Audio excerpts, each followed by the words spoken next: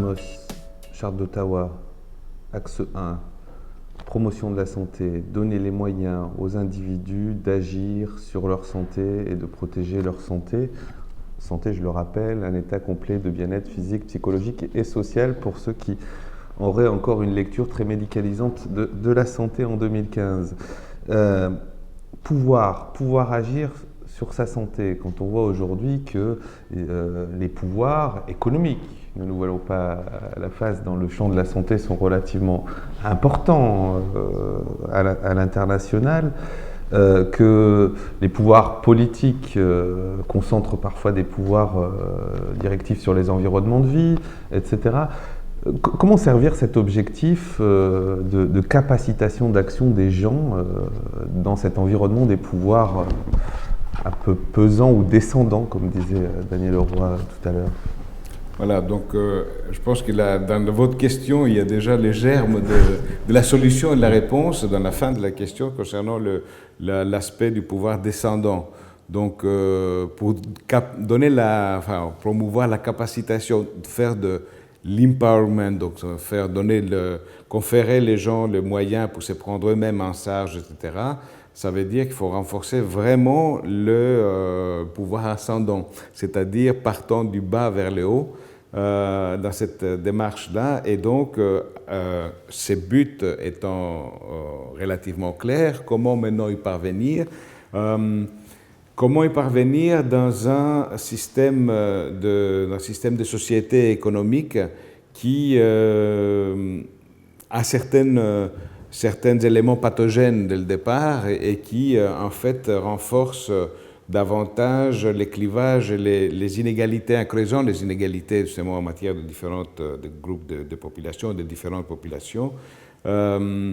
C'est donc une question, finalement, je n'aime pas tellement utiliser ces termes, mais je suis quand même obligé, parce que c'est la notion qui va en la matière, d'une bonne gouvernance. Et donc, dans la bonne gouvernance, à le faire, c'est qu'il faut veiller à ce que des tendances qui vont dans le sens du creusement des inégalités, empêcher les gens de se prendre en charge eux-mêmes, puissent être contrées. Alors comment faire ça? Ce n'est pas les universitaires qui pourront le faire eux-mêmes, ils n'ont absolument pas le pouvoir en la matière. Ce n'est pas certaines non plus décideurs politiques qui se trouvent souvent marginalisés, ou alors ils se trouvent marginalisés même s'ils sont majoritaires dans une situation où le contexte économique n'est pas propre. Regardons la situation en Grèce actuellement, par exemple. Donc, on se trouve face à l'omniprésence de ces modèles économiques qui peut être le facteur empêchant l'émergence de cet empowerment de population. Mais en même temps, il y a d'autres tendances qui vont dans un sens plus positif. Et là, on les voit par le moyen d'accès à la technique, à la connaissance, etc., de plus en plus grand. On a parlé d'Internet, on a parlé de l'éducation au niveau plus massif, comme les MOOCs, les Massive Opening Online Courses, qui permettent effectivement, je pense, de lutter un peu contre les questions des inégalités en matière d'éducation. Donc, il y a des éléments qui pourrait aider à donner plus de moyens, conférer plus de moyens aux populations, compte tenu du fait qu'il faut un certain nombre d'éléments minimaux. Je crois que M. Godinot a bien insisté là-dessus. Et dans la promotion de la santé, dans la santé pour tous, c'était aussi des éléments déjà posés. Il y a certains prérequis pour la santé. Et si ces prérequis ne sont pas atteints, on n'arrive pas à de donner du pouvoir aux gens pour qu'ils eux-mêmes se prennent en charge, etc. Donc, il faut d'abord assurer le prérequis avant d'aller faire le pas supplémentaire. Finissons donc nos débats par le plaidoyer d'avenir, mais parlons pour faire le lien de ces prérequis qui, dans la plupart des pays, y compris développés, accès à une alimentation de qualité pour tous. Prenons le chiffre de la France, 7,5 millions de personnes qui accèdent à l'alimentation d'urgence dans un pays comme la France. Alors les États-Unis, n'en parlons pas, effectivement, j'ai pas les chiffres. Sur le logement, la question de l'habitat insalubre, y compris dans les habitats, voilà, et le droit à l'habitat, où effectivement des frictions, des situations de l'habitat, des questions foncières. On parlait tout à l'heure de la verdure en ville, mais le foncier et la verdure en ville, une question qui est présente dans beaucoup de pays dans le monde. L'éducation, on en parlait tout à l'heure, ces droits fondamentaux qui garantissent la santé et la capacité de s'épanouir d'un homme, les indicateurs me semblent dans un premier temps, sans rentrer en prospective, déjà au rouge. Xavier Gaudinot. Alors, sur cette question de l'accès aux droits fondamentaux au niveau mondial, il faut se rappeler qu'en l'an 2000, l'Assemblée générale des Nations Unies, avec 180 chefs d'État, ou 187, je ne sais plus, a adopté les fameux objectifs du millénaire pour le développement, dont l'objectif était de mettre en œuvre ces droits fondamentaux. Il y avait 8 objectifs, dont plusieurs qui concernaient la santé, l'éducation, etc. Le constat qu'on a pu faire 14 ans plus tard, et qu'a fait le secrétaire général des Nations Unies lui-même, c'est que les populations les plus pauvres ont été laissées de côté. Alors il faut comprendre pourquoi, il y a de multiples raisons, mais nous, il y a une raison qu'on a pointée dès le départ, c'est la façon dont étaient libellés les objectifs. Le premier objectif, c'était de diminuer de moitié le nombre de personnes vivant avec moins de $1 par jour d'ici 2015. Et le deuxième objectif, c'était diminuer de moitié le nombre de personnes qui souffraient de la faim d'ici 2015. Imaginez que vous allez dans un village africain en disant voilà, il y a eu des objectifs qui ont été adoptés, on va mettre ça chez nous, donc on va diminuer de moitié dans le village. Donc pour la moitié d'entre vous, voilà, on va essayer que ça marche, puis pour l'autre moitié, ça sera pour plus tard, parce que voilà, l'objectif c'est diminuer de moitié. Donc c'est un objectif qui est incohérent avec une approche en termes de droits de l'homme. On ne peut pas, avec une approche en termes de droits de l'homme, dire on va atteindre la moitié d'une population. Et ça a un autre effet qui est un effet extrêmement pervers, c'est que quand on se fixe un objectif comme ça, on a tendance à viser ceux qui sont le plus proches du seuil de pauvreté pour les faire passer au-dessus, parce que ça demandera moins d'efforts que si on va chercher ceux qui sont le plus loin. Et donc, voilà, tout le monde a reconnu, 14 ans plus tard, qu'effectivement, on n'a pas atteint les plus pauvres. Alors comment va-t-on faire pour les atteindre? C'est ça la question. Et donc, nous disons, il faut un autre indicateur. Et nous disons, il faut considérer qu'un objectif est atteint lorsqu'il est atteint pour tous et en particulier pour le 20% les plus pauvres, quel que soit le critère de pauvreté qu'on prenne. Si les 20% les plus pauvres ne sont pas atteints, on considère que l'objectif n'est pas atteint. Et ça fait partie de notre plaidoyer international. On demande à toutes les délégations gouvernementales, on demande au gouvernement français s'il est d'accord pour défendre ça au niveau international, que l'objectif n'est atteint que si les 20% en bas de l'échelle sociale sont atteints aussi. Ça, c'est un élément important de notre plaidoyer. Bon, il y a évidemment beaucoup d'autres éléments dans notre plaidoyer. Il y a celui, on en a beaucoup parlé, de la question des savoirs. Donc, notre deuxième recommandation, c'est de reconnaître que les populations les plus pauvres sont acteurs de connaissances et de les considérer comme tels dans l'action. Et notamment, comme on a beaucoup de mal à se faire comprendre dans ce domaine-là, on s'est dit on va faire un projet international qui va concrétiser ça. Et le projet qu'on est en train de monter, c'est de créer de nouveaux indicateurs de pauvreté avec les populations qui vivent la pauvreté. Donc on est en train, on travaille avec l'université d'Oxford là-dessus, on est en train de solliciter le soutien de la Banque mondiale et d'autres institutions. Et voilà, on est dans la phase préparatoire de ce projet qui se passera sur 4 continents pour qu'on prenne bien en compte les différentes cultures.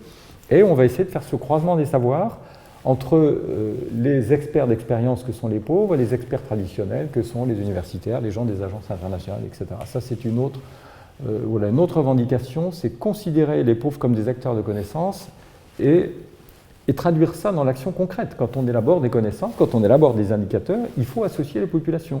Sinon, nos indicateurs ne sont pas pertinents. Merci pour ces deux premiers points. Il y en a 3 autres. Mais voilà, la lecture du document, effectivement, nous le permettra.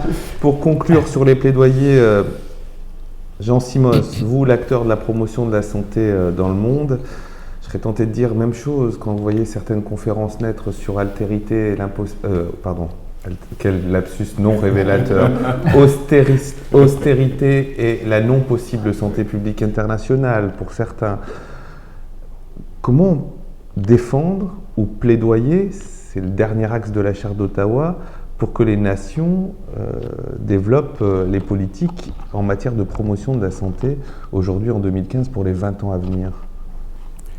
Alors, c'est vrai qu'à la veille pratiquement des 30 ans de fêter les 30 ans de la Charte d'Ottawa, il faut parfois mobiliser les énergies pour ne pas entrer dans la déprime de voir combien de choses n'ont pas été faites ou des choses qui ont été faites se défont et on fait des pas en arrière.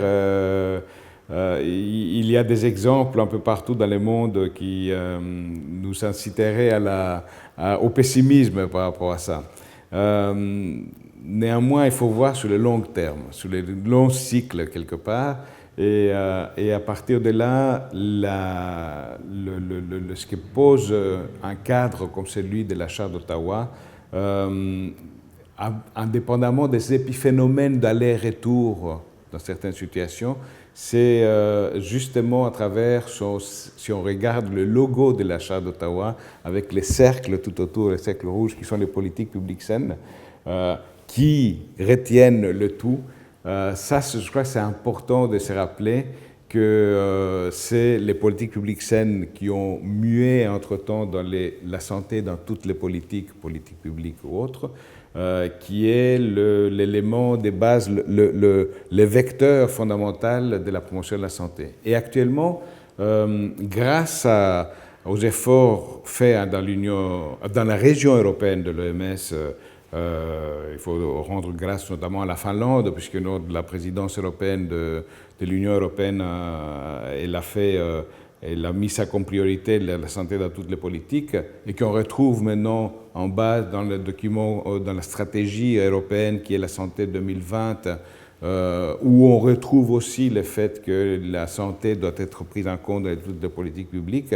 On se retrouve avec un cadre qui a été adopté par tous les États de la région européenne de l'OMS et qui donne la légitimité pour agir en la matière. Et je pense qu'il y a pas mal d'éléments positifs qui contrebalancent quelque part cet aspect négatif des va-et-vient, plutôt des retours en arrière dans certains cas. Et notamment, je citerai pas mal qu'on a quelque part des messages d'espoir de la France, notamment, avec les politiques, la santé dans toutes les politiques publiques. Par exemple, la création l'année passée par le gouvernement français de cette commission interministérielle pour la santé, qui est justement le meilleur outil pour essayer de faire, c'est ce que nos collègues québécois avaient introduit une dizaine d'années plus tôt, concernant de tenir compte de l'impact sur la santé dans toutes les politiques publiques. Et je trouve qu'un tel pas en avant ne va pas donner des résultats immédiats qu'on va voir dans quelques mois, une année ou deux, mais dans un échelon un peu plus long de 5-10 ans, on va voir des effets extrêmement positifs. Le mot de la fin, ou le mot de l'avenir, Daniel Leroy, justement, puisqu'effectivement, on perçoit dans cette écologie sanitaire internationale le nombre d'enjeux, le nombre de freins, de pouvoirs pour développer la qualité de vie de tous du nord au sud dans les 20 ans à venir, et que le fait politique ou la décision politique est au cœur du chemin et du progrès possible. Quel plaidoyer pour un avenir en santé et environnement? Alors, c'est encore le plaidoyer qui est à faire, effectivement, parce que quand on regarde les politiques, le problème, c'est qu'ils sont dans un seul modèle, dans un seul schéma, et on le trouve, y compris à l'ONU, même quand on discute et que pourtant les sujets sont sur la table, qui est la référence politique. En fait, c'est le flux financier. C'est même pas l'économique, c'est le flux financier. Donc il faut déjà, nous, les politiques, je veux dire qu'on reprenne la main là-dessus. Et les critères de pauvreté doivent être pris en compte. Il faut déjà faire bouger une espèce de dogme, parce qu'il n'y a pas d'autre mot, parce que ce n'est qu'un dogme, qui est le PIB.